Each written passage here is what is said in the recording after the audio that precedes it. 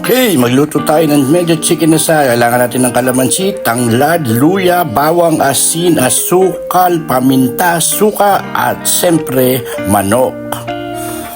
Unahin na natin hiwain ang ating luya. Hiwain natin ang maninipis at saka natin hiwain mamaya ng pahaba-haba pampatanggalan sa luya. At bawang, didiktik tayo ng bawang. Pwedeng dikdikin, i-chop, kayo ng bahala. Basta may bawang, panglaban sa aswang. Hiwa tayo ng kalamansi. Tama-tama sa yung katulad ng kaibigan mo. Maasim, kalamansi. Damihan nyo na. Okay, at atin ang asinan ng ating mga legs ng mga manok. Mahilig ka naman sa legs ng manok. Lagyan din ng paminta at himas-himasin lang ang hita. Ayos yan. Yan, tuloy lang ang paglalagay ng paminta. Pagkayari, lagyan ng suka. Bahala ka na kung anong suka ang gusto mong gamitin, pero ako yan. Ang alam ko, suka ang Iloko yan. Pigain ang hindi pa mala. Bawang muna pala, yung dinigdig na bawang. Tapos ilagay na rin ang mga hiniwa-hiwang kalamansi. Damihan mo na para mas malasa. Isusunod natin sa kalamansi ang luya. Ang mga hinihiwa-hiwa nating luya pampatanggal ng lansa. At pagkayari niyan, lalagyan na rin natin yan ng tanglad.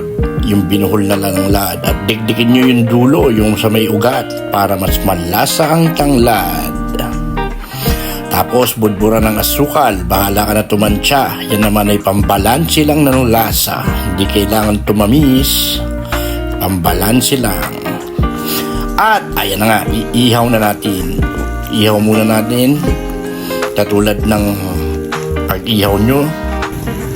Tapos pag luto-luto na, ilagay nyo ang mantika na may atsuete. Bahala kayo kung powdered or yung buong buto. Basta igisa nyo para makuha yung kulay at ipahid para hindi matuyot ang manok. Pag sa tansya nyo, luto niya, tingnan nyo wala nang dugo. Pag tansya nyo, luto na, ayan na ang chicken inasal. Medyo chicken inasal. Sarap yan sa kanin. Oops, gagawa naman tayo ng sausawan. Kalamansi ulit. Maghiwa ng kalamansi. Maghanda ng toyo. Pigain ang kalamansi. At isunod ang sile. Tadtarin o biyakin sa gitna. Ikaw nang bahala. Pampaanghang, mas masarap pag mas manghang. Ayos yan. Sarap sa kanin ito mga dre. Tapos yan, maghanda ng chicken oil at pahiran ulit ang iyong inasal. At mas maganda yan kung lalagyan mo ng chicken oil ang iyong ibabaw ng kanin. Katulad niyan. Naku po, magugas ka na ng kamay tol at kakain na tayo. Ayos na, bye bye.